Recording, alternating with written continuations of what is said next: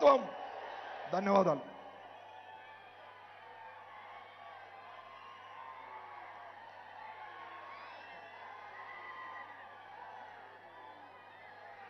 గౌరవనీయులు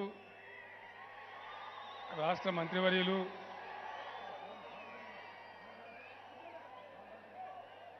మీ అభిమాన ఖమ్మం ఎమ్మెల్యే ఎన్నికల్లో బీఆర్ఎస్ పార్టీ అభ్యర్థి శ్రీ అజయ్ గారు, పెద్దలు గౌరవనీయులు లోక్సభలో మన పార్టీ నాయకులు ఖమ్మం పార్లమెంట్ సభ్యులు శ్రీ నవా నాగేశ్వరరావు గారు, మరో పార్లమెంట్ సభ్యులు గౌరవనీయులు శ్రీ బండి పార్థసారథి రెడ్డి గారు, వద్దిరాజు రవిచంద్ర ఎంపీ గారు, తాతా మధుసూదన్ ఎమ్మెల్సీ గారు, సండ్ర వెంకట వీరయ్య ఎమ్మెల్యే గారు, ఉపేందర్ రెడ్డి ఎమ్మెల్యే గారు, రాముల్ నాయక్ ఎమ్మెల్యే గారు, మదన్ లాల్ గారు బీఆర్ఎస్ వైరా అభ్యర్థి, కమల్ రాజు గారు మదిర అభ్యర్థి, శ్రీమతి పి నీరజ గారు ఖమ్మం మేయర్ గారు, నాగభూషణం గారు డీసీసీబీ చైర్మన్ గారు, రాయల శేషగిరిరావు గారు డీసీఎంఎస్ చైర్మన్ గారు, స్థానిక సంస్థల ప్రజాప్రతినిధులు, ఖమ్మం పట్టణ కార్పొరేటర్లు, రఘునాథపాలెం నాయకులు, ఇంత భారీగా ఈ పట్టణంలో ఈ సభకు తరలి వచ్చినటువంటి అక్కా చెల్లెళ్లకు అన్నదమ్ములకు అందరికీ నా నమస్కారం. ఒక రెండు విషయాలు నేను మీకు మనవి చేస్తా. మన ఖమ్మం చాలా చైతన్యవంతమైన ప్రాంతం. ఆ ఆశతోనే నేను ఈ మాట చెప్తా ఉన్నా. 75 సంవత్సరాల స్వతంత్ర భారతావనిలో మనకు రావాల్సినటువంటి డెమోక్రటిక్ మెచ్యూరిటీ, ప్రజాస్వామ్య పరిణతి ఈ దేశంలో ఇంకా రాలేదు. ఎన్నికలు అనేటివి చాలాసార్లు వస్తూ ఉంటాయి, పోతూ ఉంటాయి. ఎన్నికలు వచ్చిన తర్వాత 2-3 విషయాలు జరుగుతాయి. 2, 3, 4 పార్టీలు పోటీ చేయటం, పార్టీకో అభ్యర్థి నిలబడటం, మనం ఎవరికోగలకు ఓట్లు వేయటం, వాళ్ళు గెలవటం అనేది సర్వసాధారణంగా జరిగే విషయం. నేను ఇంతకుముందు ఆ మాట ఎందుకు వాడినా అంటే ప్రజాస్వామ్య పరిణతి. దయచేసి మీరు మీ బస్తీలోకి పోయిన తర్వాత 10 మందిని పోగేసి చర్చ చేయాలని చెప్పి నేను కోరుతా ఉన్నా, మీ అందరినీ ప్రార్థిస్తూ ఉన్నా. ఆ పరిణతి రావడానికి యువత మెయిన్గా ముందుండవలసినటువంటి అవసరం ఉంటుంది. కారణం ఏంటంటే ఎలక్షన్ వస్తుంది, ఇప్పుడు కూడా వచ్చింది, అభ్యర్థులు నిలబడ్డారు. బీఆర్ఎస్ అభ్యర్థిగా పువ్వాడ అజయ్ గారు,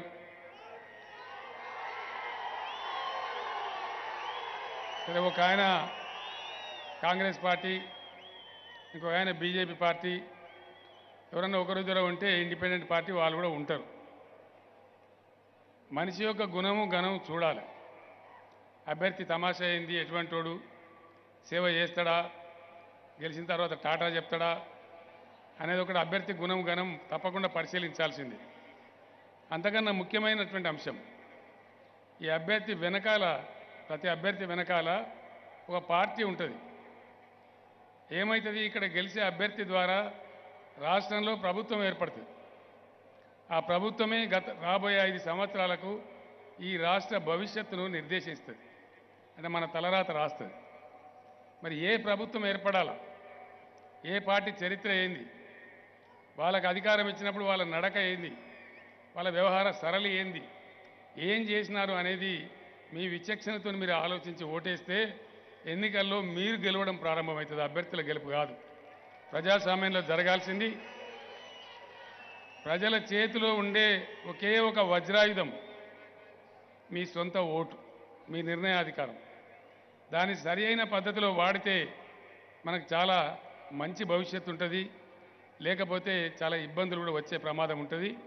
అందుకోసం మీరందరూ చైతన్యవంతులు కాబట్టి, పట్టణవాసులు కాబట్టి బాగా ఆలోచించాలి, అన్ని విషయాలు సమీక్ష చేయాలి, చర్చ చేయాలి, నిజానిజాలు తేల్చాలని చెప్పి నేను మిమ్మల్ని అందరినీ కూడా ప్రార్థిస్తూ ఉన్నా. ఇదే జిల్లాకు చెందినటువంటి కవి తెలంగాణ రాష్ట్రం రాకముందు 70-80 ఏళ్ల క్రితం నా తల్లి తెలంగాణ రా వెలలేని నందనో జానమ్మరా అని చెప్పి రావెల్ల వెంకటరామారావు గారు పాట రాశారు. ఈరోజు నిజంగా ఖమ్మం పట్టణం చూస్తే గర్వపడతా ఉన్నాను. నేను ఒకనాడు నేను వచ్చి ఇక్కడ పాదయాత్రలు చేసినాను. మన గోళ్ళపాడు ఎట్లా ఉండే, ఎంత మురికిగా ఉండే, ఎటువంటి స్లమ్స్ ఉండే, ఎన్నేళ్ళు ఆ మురికి కంపు మనం భరించినాం మీరు ఆలోచించాలని చెప్పి నేను కోరుతా ఉన్నా. మన లకారం చెరువు ఎంత వికారంగా ఉండే, ఇలా ఎంత సుందరంగా తయారైంది. మీరు ఆలోచించాలి. ఈ విషయాలు నాకు ఊరికే కావు. నేనే స్వయంగా తిరిగి అజయ్ గారిని ఇట్లా వెంట పెట్టుకొని 100 కోట్ల రూపాయలు ఇచ్చి ప్రత్యేకంగా చేయండి అని నేను చెప్పిన. విషయాలు చిన్నగానే కనపడతాయి, కానీ ఆలోచిస్తే అవి పెద్ద సామాజిక అవసరాలు. ఇలా వైకుంఠ ధామాలు కానీ, ఇంటిగ్రేటెడ్ మార్కెట్లు కానీ ఏ విధంగా ఉన్నాయి? హైదరాబాద్తో సహా అంతటా అదే దుస్థితి. మోరీల మీద పెట్టి బజార్ మీద పెట్టి అమ్మితే ముఖ్యమంత్రి అయినా సరే ఆ కూరగాయలు తినాల్సిందే. అదే ఇలా మనం కట్టుకున్న integrated markets, veg market, non veg market ఎత్తు మీద పెట్టి 3 ఫీట్ల ఎత్తు మీద పెట్టి అమ్మటం, పరిశుభ్రంగా ఉండటం మీ కళ్ళ ముందు కనపడతా ఉన్నాయి. ఇవన్నీ ఒకనాడు ఖమ్మం అంటే ఇరుకు సందులు, మురికి కాలువలు, దుర్గంధంతో కూడినటువంటి పట్టణంగా ఉండే, ట్రాఫిక్ కష్టాలు, యాక్సిడెంట్లు ఇవన్నిటికి నిలయంగా ఉండే.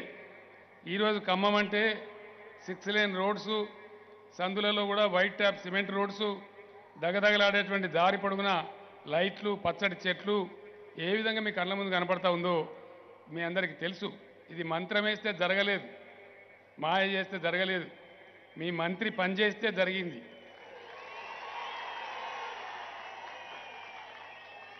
నేను పేపర్లలో చదివి మేము చర్చ చేసేవాళ్ళం. వాడవాడలో పువ్వాడ అని పేపర్లలో వార్తలు వచ్చేది. వాడవాడలో పువ్వాడ అని ఒక సైకిల్ వేసుకొని ప్రజల్లో తాను ఒక ప్రజలాగా కలిసిపోయి బ్రహ్మాండంగా కష్టం చేస్తే ఇవన్నీ జరుగుతాయి. ఒకనాడు రోడ్డు నెట్వర్క్ 400 కిలోమీటర్లు ఉండేది ఖమ్మం పట్టణంలో. ఇలా 1115 కిలోమీటర్లు తీసుకొని పోయినారు. ఖమ్మంలో మోరీల పొడవు, డ్రైన్స్ పొడవు 205 కిలోమీటర్లు ఉండేది. ఈరోజు 1592 కిలోమీటర్లకు తీసుకుపోయింది పువ్వాడ అజయ్ కుమార్ కాదా? దయచేసి ఆలోచించాలని చెప్పి నేను కోరుతా ఉన్నా. ఇవన్నీ కూడా అక్కడ ఉన్న వాళ్ళని, గోళ్ళపాడు కట్టల మీద ఉన్న వాళ్ళని కూడా మేము అజ్జేయలే.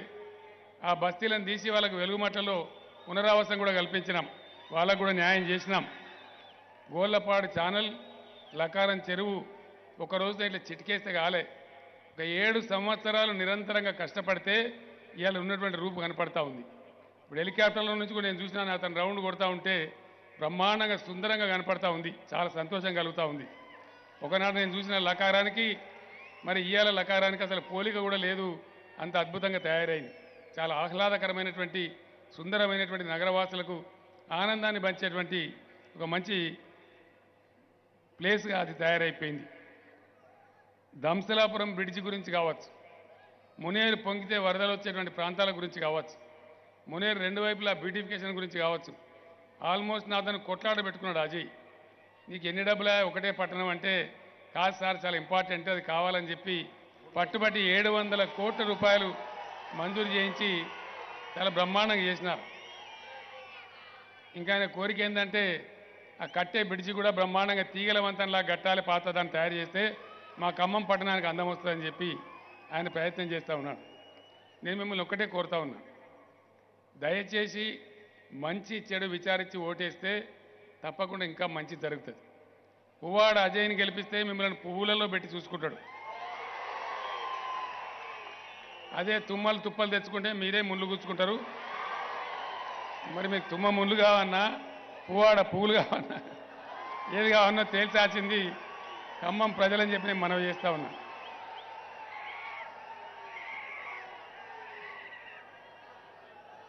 ఖమ్మం నగరంలో ఐటీ టవర్, ఇది కళ్ళలో కూడా ఊహించినమా? కళ్ళలో కూడా ఊహించలేదు. అజయ్ గారికి సొంతంగా ఇక్కడ మెడికల్ కాలేజ్ ఉంది, మనందరికీ తెలుసు. అయినా కూడా నా అతను కొట్లాడి పట్టుబట్టి ఖమ్మానికి కూడా గవర్నమెంట్ కాలేజీ కావాలి, మొదటి వరుసలో కావాలని తెచ్చి గవర్నమెంట్ మెడికల్ కాలేజీ పెట్టించిన ఘనత కూడా తప్పకుండా ఆయనకే చెందుతుంది. ఆ విధంగా రవాణా మంత్రిగా ఉన్నందుకు బ్రహ్మాండమైన అడ్వాంటేజ్ తీసుకున్నాడు.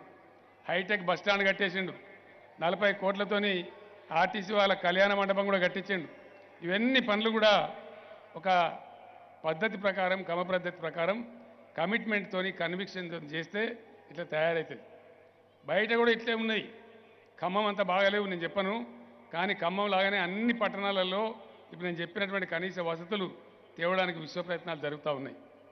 మంచినీళ్ళ విషయం నేను చెప్పే అవసరం లేదు. పక్కనే పాలేరు రిజర్వాయర్ ఉన్నా వారానికి ఒకరోజు నీళ్ళు వచ్చేది, బిందెలు పట్టుకొని యుద్ధాలు జరిగేది.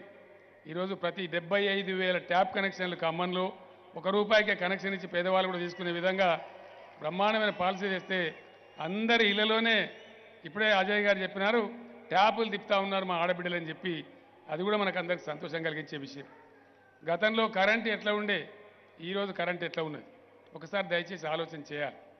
గతంలో ప్రతి ఇంట్లో ఇన్వర్టరు, కన్వర్టరు, స్టెబిలైజరు, జనరేటర్, కొంచెం కలిగిన వాళ్ళైతే జనరేటర్. ఇలా ఇన్వర్టర్ లేదు, కన్వర్టర్ లేదు, లో వోల్టేజ్ లేదు, ఏది కాలిపోయే పరిస్థితి లేదు, బ్రహ్మాండంగా జరుగుతూ ఉంది.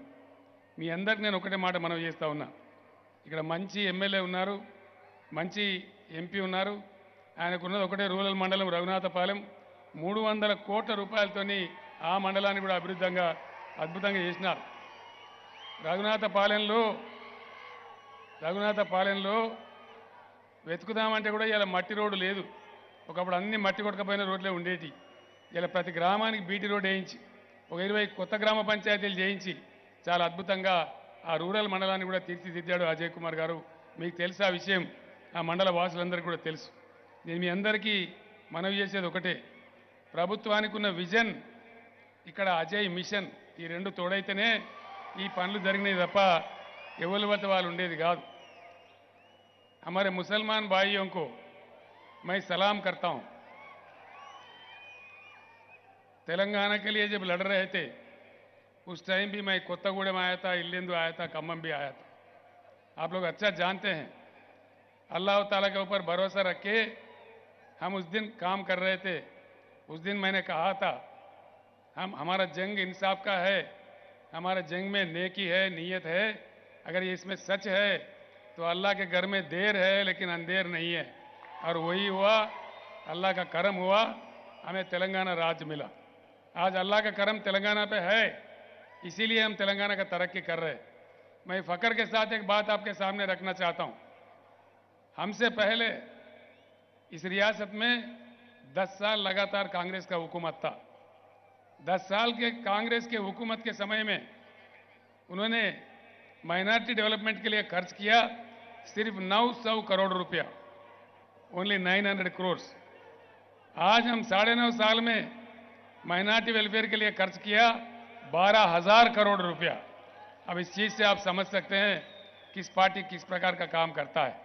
खाली आप लोगों को वोट बैंक बना के आपके वोट कैसा लूटे गए और आपके साथ किस प्रकार का नाइंसाफी हुआ आप लोग जानते हैं. हम बिना किसी मजहब और मिल्लत के सभी को साथ लेके चलना चाहते हैं. ये तेलंगाना रियासत अमन पसंद रियासत है और जब तक केसीआर जिंदा है ये सेक्युलर स्टेट ही बने रहेगा. मैं आपको वादा देता हूं, इसमें कोई फिक्र करने की जरूरत नहीं है. आज हम माइनॉरिटी तुलबा के लिए किस प्रकार का स्कूल खोले हैं, रेजिडेंशियल स्कूल्स और वो जूनियर कॉलेज ही बन गए हैं, उसमें बच्चे कैसे कैसे तालीम हासिल कर रहे हैं ये भी आप लोग बखूब जानते हैं. मैं इसलिए आपको गुजारिश करता हूं, आप लोग प्यार से अजय कुमार को अजय खान के नाम से पुकारते हैं वो भी मैं जानता हूं. और इस अजय खान को जिसको आप प्यार से पुकारते हैं आप ताउन कीजिए, तायीद कीजिए, उनको आशीर्वाद दीजिए, उनको दोबारा फिर एक बार एमएलए बनाइए और वो अच्छा तरक्की खम्मम के लिए और खम्मम के हर कौम के साथ इंसाफ करेंगे. इतना मैं आप लोगों को वायदा करता हूं. సోదరులారా నేను ఒకటేసారి మనవి చేస్తాను. నిలబడ్డ వ్యక్తుల గుణగణాలన్నీ మీకు తెలుసు. ఒక ఆయన అయితే చాలా గొప్పవాడు. నేను పోయినసారి ఆయన ఓడిపోతే ఆయనకు మంత్రి పదవి ఇచ్చినా నేను చెప్తే నాకే ఆయన మంత్రి పదవి ఇచ్చినా అని చెప్పిండు. అదంతా చరిత్ర మీ కళ్ళ ముందర ఉన్నది. మీ సాక్షిగా జరిగింది కదా. ఇదే అజయ్ గారి చేతిలో ఓడిపోయి మూలకు పడి ఉంటే నేను పిలిచి అందరినీ సమన్వయం చేద్దామని మంత్రిని చేసి జిల్లా అప్పగిస్తే ఆయన సాధించిన ఫలితం గుండు సున్నా. ఒక అజయ్ తప్ప ఇంకెవరు గెలవలే. నేను అందుకే మొన్న చెప్పిన సత్తుపల్లి సభలో ఈ జిల్లాలో 2 కర్ణాటక దమనకులు ఉన్నారు. ఈ కర్ణాటక దమనకులు చదువుకోవాలంటే మీరు పరవస్తు చిన్నేశ్వరి రాసిన కథ చదవాలి. ఆ కర్ణాటక దమనకులు ఎవరో వాళ్ళ కథ ఏందో మీకు పూర్తిగా తెలుస్తుంది. లేకపోతే మీ తెలుగు మాస్టర్ని అడగండి, ఆయన చెప్తాడు మీకు. వీళ్ళిద్దరు పీడ వదిలించిన ఖమ్మానికి ఇలా శుభ్రంగా ఉన్నది ఖమ్మం. మంచి రిజల్ట్స్ రాబోతా ఉన్నాయి ఖమ్మం జిల్లాలో కూడా. ఎవరికి కూడా అనుమానం అవసరం లేదని మనవి చేస్తా ఉన్నాం. ప్రజాస్వామ్యంలో మాటలకు కూడా పరిమితి ఉంటుంది. మాటలు అందరికీ వస్తాయి. తిట్టానంటే తిట్లు తక్కువనాయా? రేపు గీయాల దగ్గర తిట్టచ్చు వరుసవాటి. అది కాదు కదా రాజకీయం అంటే. అరాచకంగా మాట్లాడద్దు కదా. నేను బీఆర్ఎస్ పార్టీ వాళ్ళని ఒక్కరిని కూడా అసెంబ్లీ కడప తొక్కనియా అని ఒక అర్భకుడు మాట్లాడుతూ ఉన్నాడు.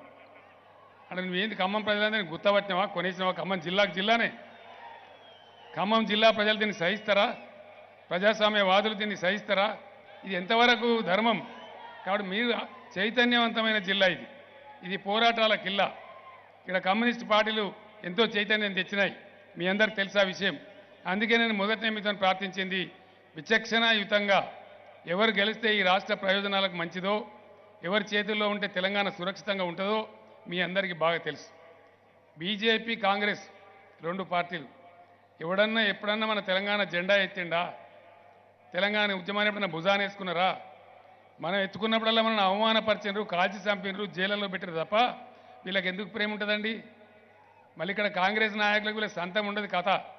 ఢిల్లీలో స్విచ్ ఎత్తేనే ఇక్కడ లైట్ వెలుగుతుంది. మరి ఈ ఢిల్లీ గులాముల కింద ఉండి మనం కూడా గులాం అయిదామా? లేదు, రాబోయే రోజంతా కూడా నేను మీకు ఈరోజు ఖమ్మంలో చెప్తా ఉన్నా, కేసీఆర్ అన్నారు నిజమైందని మళ్ళీ మీరే అంటారు. రాబోయే రోజంతా కూడా ప్రాంతీయ పార్టీల యుగమే రాబోతా ఉంది. ఎక్కడి వాళ్ళు అక్కడ ఉంటేనే ఆ రాష్ట్ర ప్రయోజనాలు కాపాడుతూ వాళ్ళ కడుపు నొప్పి ఉంటుంది, కాలు నొప్పి ఉంటుంది, చేసుకుంటారు. ఇలా ఎట్లా ఉన్న ఖమ్మంలో ఒక 5-6 ఏళ్లలో ఎట్లా చేసినామో అది మీ కళ్ళ ముందే ఉంది. నేను మీకు కొత్తగా చెప్పే అవసరం లేదు. వీటన్నిటిని కూడా మీరు విచారించి ఆలోచించి దయచేసి మీ అమూల్యమైన ఓటును అజయ్ కుమార్ గారికి వేయాలని, అజయ్ కుమార్ గారి కారు గుర్తుకేసి గెలిపించాలని నేను కోరుతా ఉన్నా. మీరు మంచి ఆడియన్స్ ఉన్నారు, చాలాసేపు వింటున్నారు, చాలా సంతోషం. కానీ హెలికాప్టర్తో తంటా ఏందంటే ఇంకో 10 నిమిషాలైతే ఎగరదు. నేను ఖమ్మంలోనే ఉండాల్సి వస్తుంది.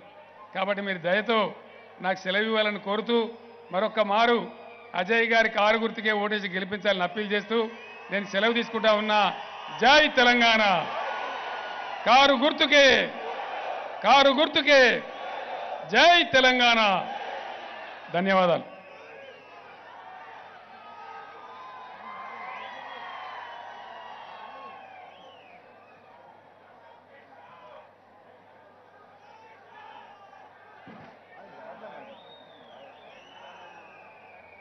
అజయ్ అన్న